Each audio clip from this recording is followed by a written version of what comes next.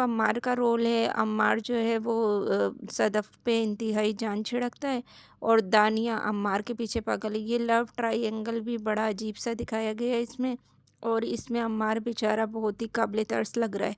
हालाँकि अम्मार एक तरह से एक विलन का कैरेक्टर निभा रहा है, लेकिन अम्मार पे बहुत ज़्यादा तरस आ रहा है क्योंकि वो सदफ़ को टूट के चाहता है। दानिया अम्मार को टूट के चाहती है, लेकिन अम्मार दानिया को फ़ील ही नहीं कर रहा।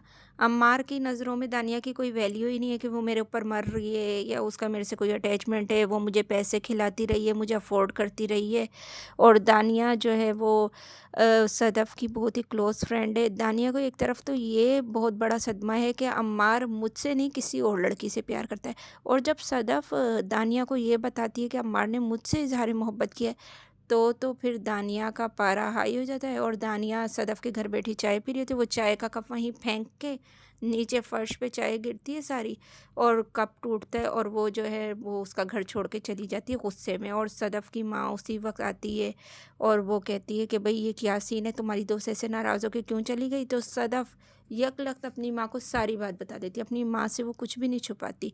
उसकी अपनी मदर से ये अटैचमेंट बॉन्डिंग दिखाई गई है, उसने कुछ भी नहीं छुपाया कि अम्मार यानी मुझसे मोहब्बत करता है।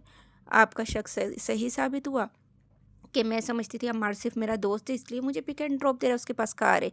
लेकिन क्या अम्मार के दिल में कुछ और था, और ये बात आपको पता थी लेकिन मुझे नहीं पता थी। तो फिर भी सदफ़ की मदर ये बात कन्फ़र्म करती हैं कि तुम तो अम्मार के साथ अटैच नहीं हो, तुम्हारी तो कोई अटैचमेंट नहीं है। तो वो अपने सर पे हाथ रख कर इस बात की कसम खा लेती है कि मेरी अम्मार के साथ कोई अटैचमेंट नहीं है, लेकिन मुझे डर है।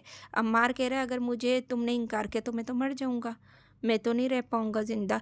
तो उसकी अम्मी यही कहती हैं सदफ़ की कि तुम इस लड़के से ब्लैकमेल ना हो, और तुम उसको साफ़ इनकार कर दो, वो ज़हर खा के मरता है या जैसे भी करके मरता है, तुम उससे नहीं ब्लैकमेल हो, तुम्हें क्या ज़रूरत है उससे ब्लैकमेल होने की।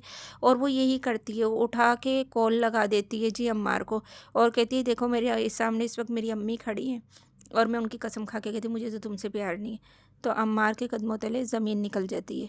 अम्मार वहीं खड़ा का खड़ा रह जाता है। अम्मार के हाथ में स्पून होते हैं, वो कुकिंग कर रहे होते हैं, कोई अपने लिए अंडे शंडे बना रहे होते हैं, वहीं चम्मच उसका गिर जाता है।